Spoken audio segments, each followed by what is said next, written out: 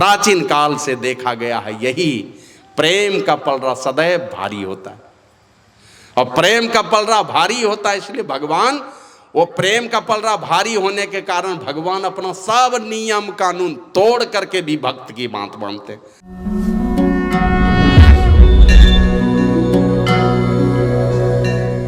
आराध्य देव के चरणों में अनंत अनंत बार नमन निवेदित करते हुए मंच पर आसीन युवा सन्यासी स्वामी मोनू बाबा, स्वामी हरिहर बाबा समेत अन्य सभी ब्रह्मचारी महात्माओं को भी नमन करता हूँ। उपस्थित सत्संग प्रेमी सदात्माओं, भक्तिमती माताओं, धर्मशीला देवी स्वरूपा सती साध्वी बहनों, सभी जवान दोस्तों और छोटे छोटे बच्चों को भी, जो भी सत्संग में उपस्थित हैं, सबों को नमन करता हूँ। सभी देवी देवताओं को नमन करता हूँ और इस धरती माता को भी नमन करता हूँ जहाँ बैठ के हम लोग सत्संग कर रहे हैं। और वे भी प्रणम्य हैं जिनकी कृपा से अब तक ये संतों के ज्ञान की अविरल धारा बहती आई है। हमारे पूर्वज, माता पिता, दादा दादी जो बहुत गरीबी में सत्संग किए, और बड़े भाग्यशाली वो होंगे जो पहले बार गुरु महाराज के पास गए होंगे दीक्षा लेने के लिए। उनके त्याग से, तपस्या से, उनके दान से, उनके पुरुषार्थ से इस सत्संग की गंगा बह चली है। तो वे सभी प्रणम्य हैं। वो हमारे पूर्वज हैं। जहाँ कहीं भी होंगे तो निश्चित रूप से अगर हम लोग अच्छा कर रहे हैं तो उनको भी खुशी होती होगी कि चलो जिस ज्ञान की गंगा को बहाते हुए हम लोग लाए, उसको ढोने वाले कोई तो हैं। और सारे पूर्वज वो उतर करके आते हैं, आशीर्वाद देते हैं जब कोई इस प्रकार का अच्छा कर्म होता है। तो उन सभी दिव्य आत्माओं को भी मैं बहुत बहुत बार नमन करता हूँ और सब लोगों से निवेदन करता हूँ कि एक बार जयकारा लगाएं उच्च स्वर में। श्री सद्गुरु महाराज की जय। और बाजा ऑपरेटर से एक निवेदन है, आप जरा बाहर घूम करके सुन लीजिए कि बोलने वाले का प्रवचन बाहर वाले समझ पाते हैं। जरा बाहर जाके देखिए, यहाँ कोई कीर्तन भजन तो नहीं है कि खूब आवाज़ दे दिया, वो सुने चाहे नहीं सुने। यहाँ तो उपदेश है, घर में भी कान लगा के सुनते हैं बहुत लोग। तो आवाज़ थोड़ी साफ कर दीजिए, अगल बगल से भी लोग बैठ के सुन रहे हैं। मैं भी वहाँ से सुन रहा था बाबा के प्रवचन को, तो कभी कभी वॉल्यूम बढ़ जाता था तो बात समझ में नहीं आती थी। तो आवाज़ को ठीक कर लीजिए। श्री सद्गुरु महाराज की जय। ज़्यादा वॉल्यूम मत दीजिए, तो कम दीजिए, सुनने लायक दीजिए आवाज़। और आवाज़ दोहरानी नहीं चाहिए, एकदम सिंगल आवाज़ दीजिए, लोग समझेंगे उसको। अपराह्न काल में हम लोग बहुत सारी बातों की चर्चा किए। अभी फिर पूज्य हरिहर बाबा से और स्वामी मोनू बाबा सरल हृदय के महात्मा हैं। और ये सौभाग्य है कि जहाँ मेरी जन्मभूमि है, जिस ज़िले में, उसी ज़िले में इनकी भी जन्मभूमि है। और थोड़ी ही दूर पर इनकी जो जन्मभूमि से मुझे लगता है 8 किलोमीटर पर मेरा आश्रम है। तो अभी हम लोगों ने सुना। और अपराह्न काल में हम लोग बाबा भोलेनाथ और माता पार्वती के संवाद को सुन रहे थे। मैं बता रहा था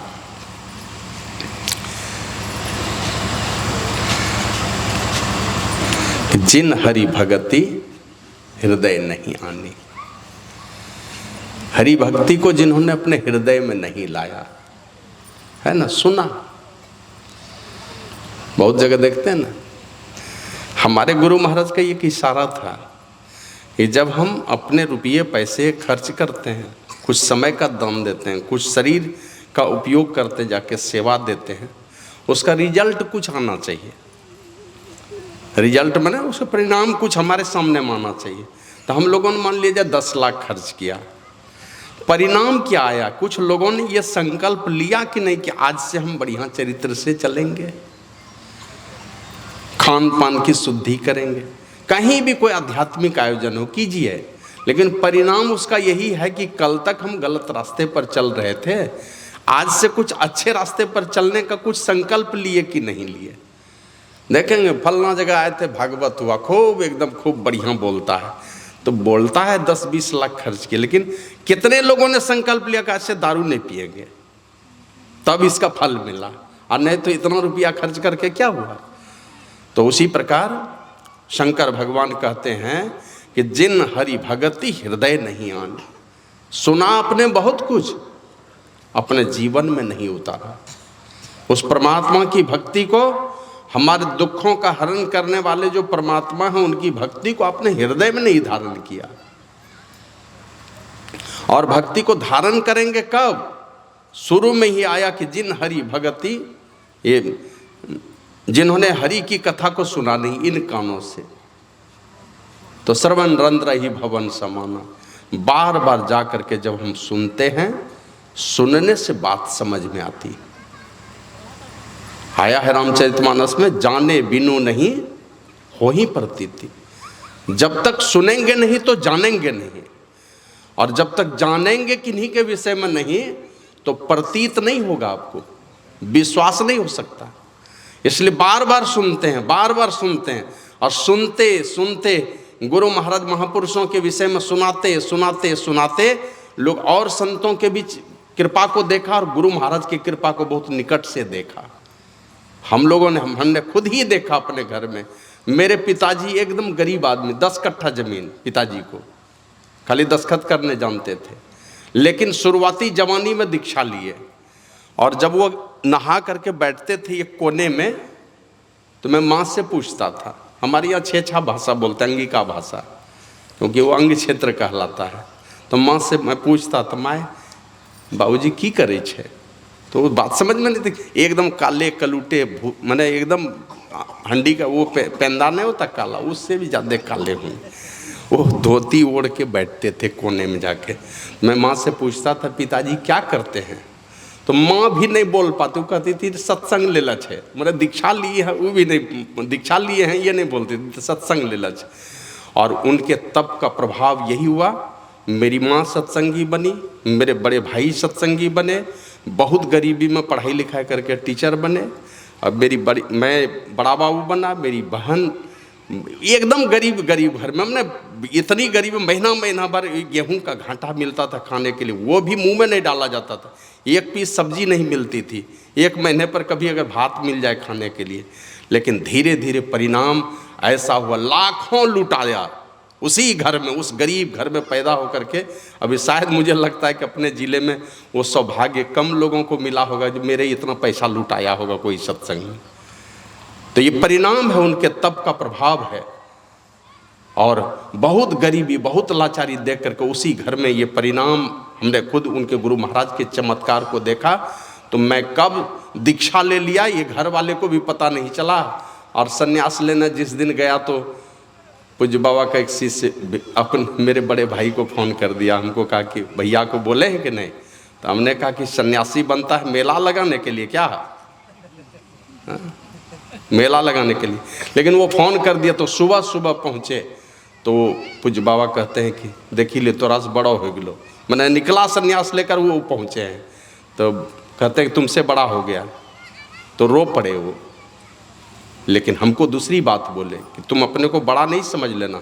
इसका माने होता है, ये जो है ना, ये स्वामी अपने इंद्रियों का, लेकिन दुनिया वालों के लिए दास।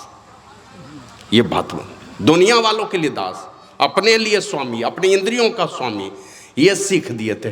तो परिणाम देखा, ये गुरु महाराज से हमारे पूज्य पिताजी दीक्षा लिए थे, और उनके तप का प्रभाव ये आया कि अभी घर बिल्कुल संपन्न हो गया, और सही सलामत अभी घर में इंजीनियर, 2 इंजीनियर हो गया, बड़े पद पर हैं, किसी चीज़ की कमी नहीं है मेरे घर में। हालांकि मुझे उन घर के किन्हीं लोगों से कोई मतलब भी नहीं है, लेकिन जो बार बार गुरु महाराज के विषय में सुनता रहा, और उनके निकट जब गया, विश्वास हुआ, तो और निकट जा करके बहुत सारा चमत्कार देखा, जिसके विषय में कभी कोई सोच नहीं पाता था। उस घर में बड़े बड़े पद पर नौकरी चाकरी ये वो बहुत लोगों ने देखा, और ऐसे ऐसे भी चमत्कार देखे।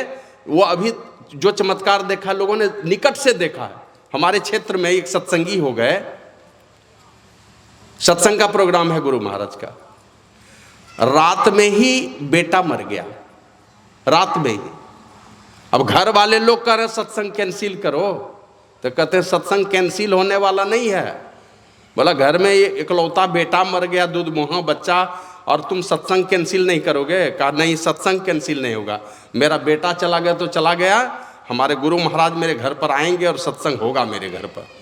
और अगर गुरु महाराज चले गए लौट के तो सत्संग चला जाएगा, फिर दोहरा के मेरे घर में सत्संग नहीं आने वाला है, बदनामी हो जाएगी गुरु महाराज की। कहेंगे इतने बड़े संत का प्रोग्राम हुआ और घर में बेटा मर गया, बदनामी हो जाएगी, इसलिए मैं वो होने नहीं दूंगा, सत्संग मेरे यहाँ होगा।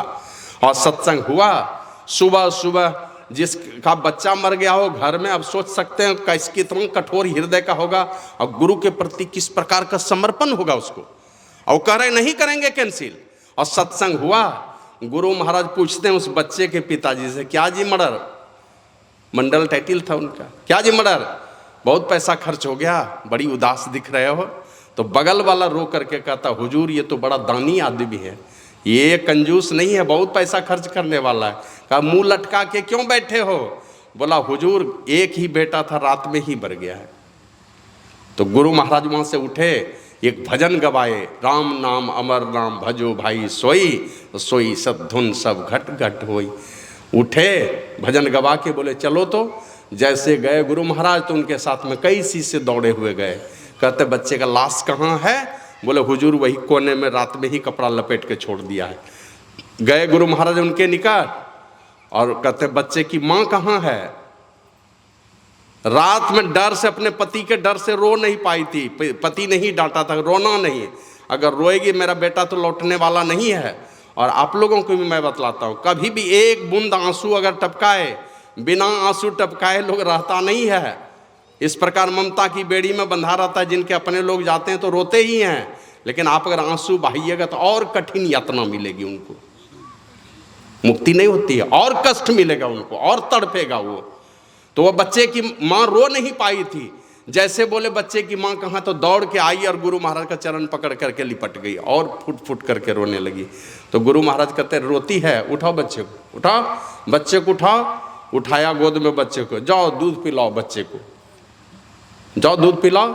अब वो सब लोग सोचने लगे मरे हुए बच्चे को दूध पिलाने के लिए कह रहे हैं। तो उनके शिष्य लोग कहते रहे जाओ, गुरु महाराज कह रहे हैं जाओ बच्चे को दूध पिलाओ। जैसे सीने से लगाया तो बच्चा जिंदा होकर दूध पीने लगा। श्री सद्गुरु महाराज की जय। और 95 वर्ष वो बच्चा जिया। इधर हाल में 5-7 वर्ष पहले शरीर पूरा हुआ। रामकुंड मंडल सूड़ी समाज से थे वो, बभनगमा है ढाका मोड़ के पास, बड़े प्रसिद्ध लोग हुए रामकुंड मंडल। तो ये सब चमत्कार जब बार बार निकट जा जा करके लोगों ने सुना है, और सुनते सुनते विश्वास होता है। इसलिए शुरू में ही आया, जिन हरि कथा सुनी नहीं काना। इन कानों से बार बार सुनेंगे, सुनते सुनते विश्वास होगा। जाने बिनु नहीं होई प्रतीति, बिन प्रतीति हो ही नहीं प्रीति। जब तक विश्वास नहीं होगा तो प्रेम नहीं हो सकता है, और प्रीति बिना नहीं भक्ति दृढ़ाई। जब तक प्रेम नहीं होगा तो भक्ति दृढ़ हो नहीं सकती है।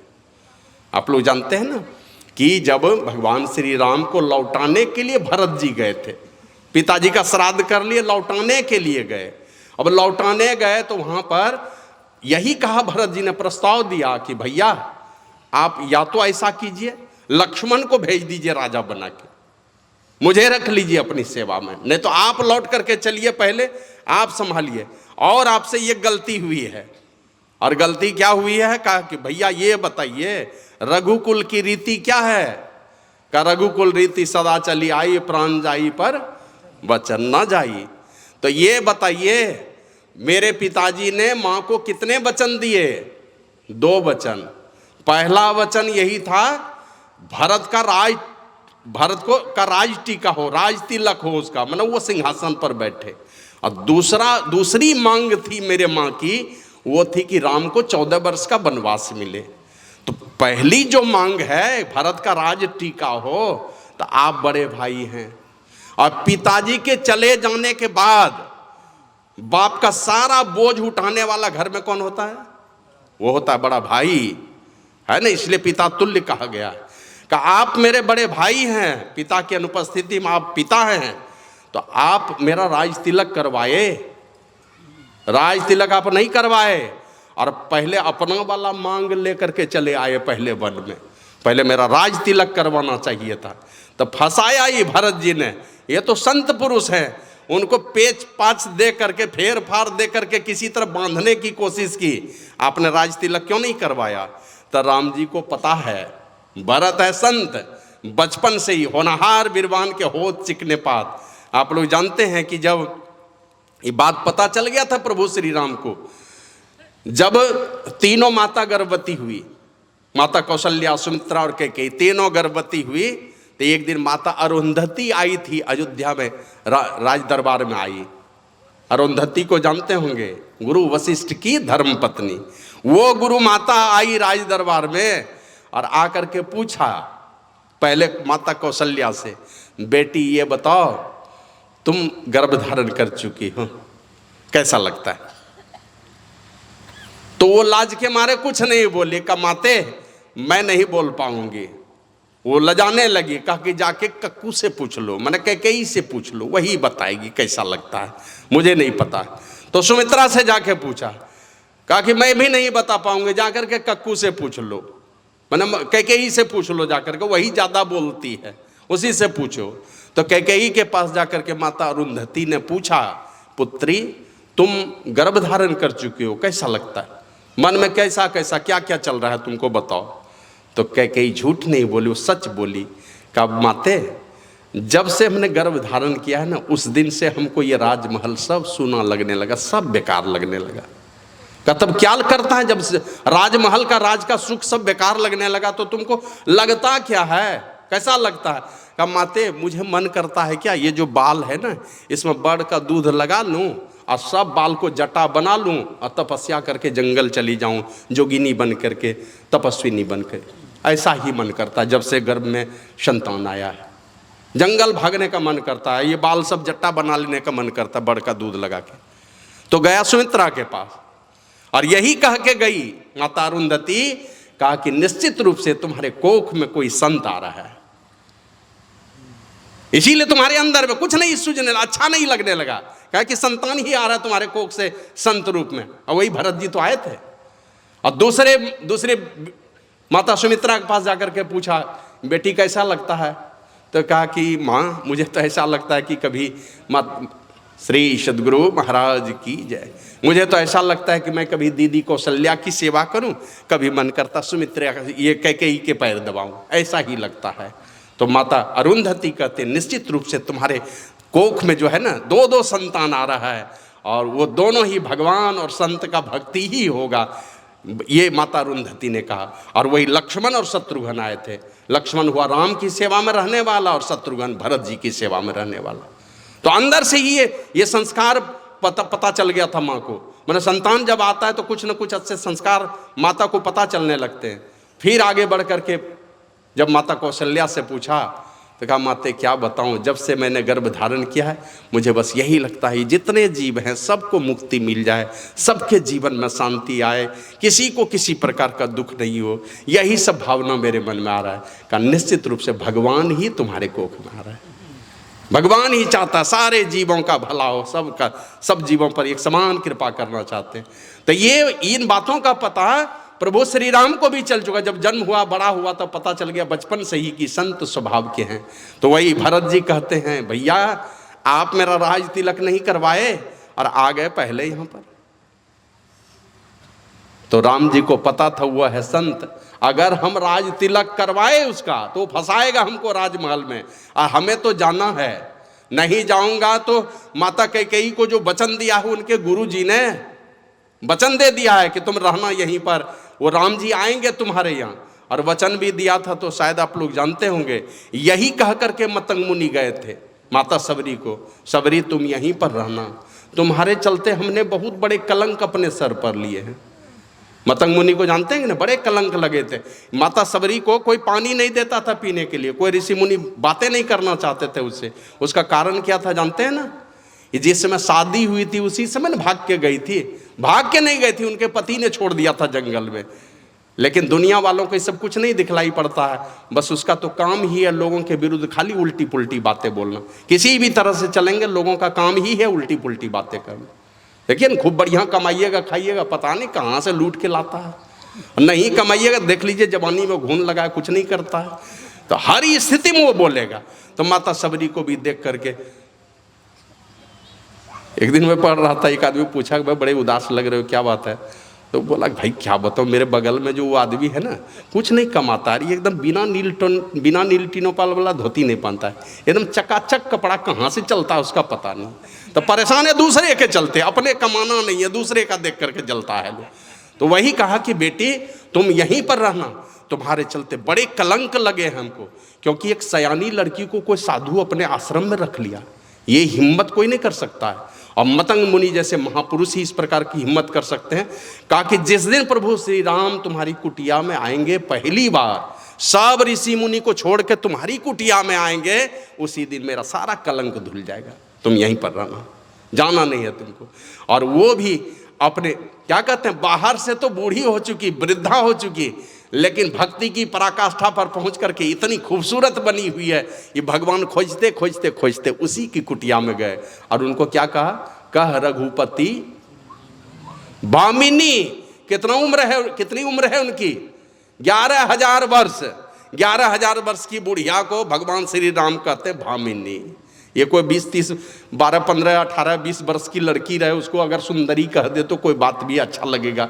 ये बूढ़ी को जाकर के सुंदरी कह करके प्रभु श्री राम, और सबसे पहले उनकी कुटिया में गए, उसी दिन सारे ऋषि मुनियों को जवाब मिल गया, सबको जवाब मिल गया कि मतंग मुनि कौन थे और ये कौन थी। उसी दिन परिचय हो गया सबरी का।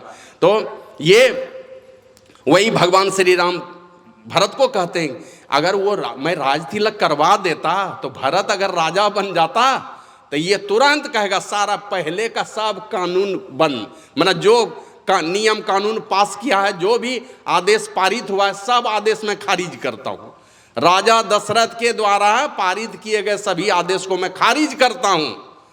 और खारिज हो जाता तो राम वनवास नहीं जाते, और कहते मैं अयोध्या का भार फिर से प्रभु श्री राम को समर्पित करता, फिर लौटा देते, फंसा देते।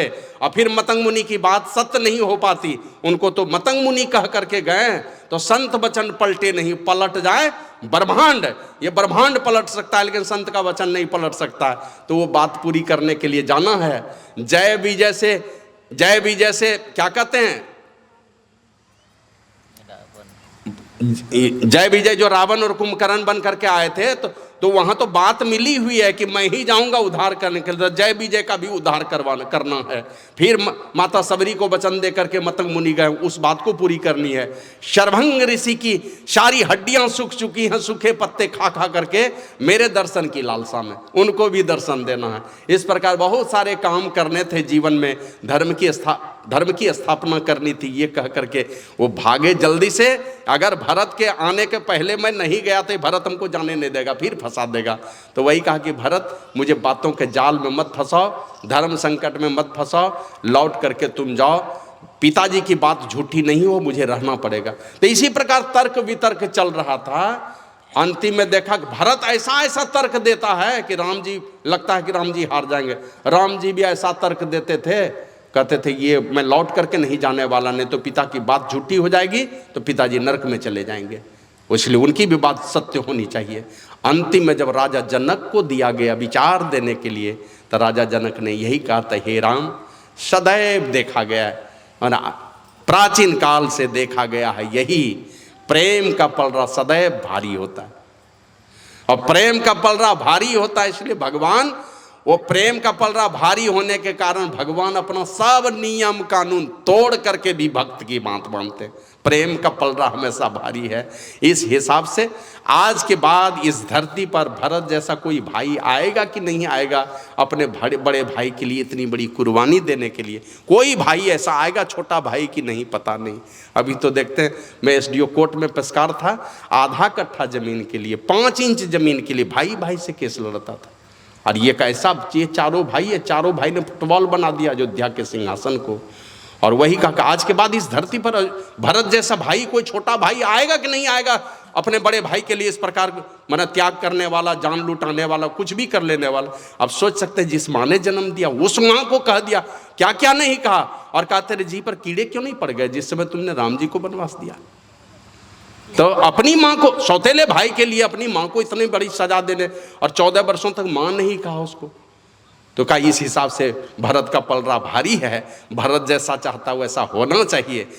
भरत जी तो गदगद हो गए, अब तो मेरी बात चलेगी। राजा जनक की बात तो प्रभु श्री राम उठाते नहीं है कभी, अब तो मेरी बात चलेगी। लेकिन उसी समय कहते भरत, प्रेम में कोई शर्त तो नहीं होता। जब प्रेम करते हो किसी से वहां कोई शर्त नहीं, बिना शर्त का प्रेम है। अरे मीरा का जो प्रेम है ना, मीरा का एक तरफा प्रेम था, लेकिन प्रेम में कोई शर्त नहीं था। तो परिणाम अंतिम में क्या आया? मीरा ने कभी कृष्ण को देखा नहीं सशरीर।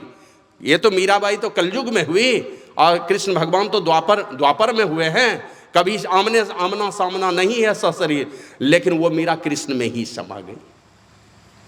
का प्रेम में कोई शर्त नहीं होता। एक तरफ तुम अपने भैया से प्रेम करते हो, दूसरी तरफ शर्त दे रहे हो, आप हमको रख लीजिए, उसको रख लीजिए, आप चलिए लौट करके। कि जब प्रेम करते हो तो अपने को समर्पित कर दो, लुटा दो उनके चरणों में। जिनसे प्रेम किया सर्वस्व लुटा दिया। गुरु महाराज लिखते हैं ना, तन मन धन जन अर्पण करी करी करो करो गुरु सेव जी, अविधि और हरिहर पावत नहीं बिना गुरु प्रभु भेव जी। ब्रह्मा विष्णु महेश भी नहीं पाते हैं प्रभु के भेव को। और उस भेव को अगर जानना चाहते, भेद को अगर जानना चाहते हो तो सब लुटा दो, दे दो अपने आप को उनके चरणों में समर्पित कर दो, चाहे जो परिणाम जो होना होगा वो होगा। तो कहा कि कुर्बान कर दो, लुटा दो अपने आप को। तब भरत ने कहा कि भैया ठीक है, मुझसे बहुत बड़ी गलती हो गई, बस मुझे कुछ नहीं चाहिए, कोई शर्त नहीं है, आज जो आपको अच्छा लगे हम उसी में राजी हैं। लेकिन भैया मैं एक चीज़ मांगूँ तो आप देंगे? कि अगर तू प्राण मांग ले वो भी मैं दे दूंगा। यही राम जी ने कहा। माने यही प्रेम, वही राजा जनक ने कहा, जब हृदय में प्रेम का तरंग उठने लगता है, तूफान उठने लगता है, यही तूफान मचाता प्रेम ही प्रेम का महासागर बनता। यही प्रेम का महासागर ही भक्ति में तब्दील हो जाता है। तो जाने बिनु नहीं होई प्रतीति, जब तक जानेंगे नहीं सुनेंगे नहीं तो विश्वास नहीं होगा। बिन प्रतीति होई नहीं प्रीति, बिना विश्वास के प्रेम नहीं होगा, और प्रीति बिना नहीं भक्ति दृढ़ाई। जब तक प्रेम नहीं होगा तब भक्ति दृढ़ होने वाली नहीं है। जिमी खगेश जल के चिकनाई, जैसे जल की चिकनाई ज्यादा देर ठहरती नहीं, उसी प्रकार बिना प्रेम के भक्ति दृढ़ होने वाली नहीं है। इसी के लिए कहते हैं चलो पहले उनको सुनो और बार बार उन संत महापुरुषों का दर्शन करो, क्योंकि इनकी कृपा हो जाएगी, इन संतों की कृपा हो जाएगी। बार बार दर्शन करते रहोगे तो सुनी हुई बातों को अपने अंदर में धारण करने का सामर्थ्य बढ़ा देंगे, वो बार बार आदत लगा देंगे। और ऐसे संतों का दर्शन करके मन के, देखते हैं ना, मन के सारे कलमश धुलने लगेंगे। और हम लोग यहाँ पर जितने लोग हैं ना, सारे लोग देखिएगा जब मन में दुख तकलीफ होता है तो किनको सुनाते हैं? कोई दोस्त को सुना देगा, कोई माँ को सुना देगा, कोई पिता को सुना देगा।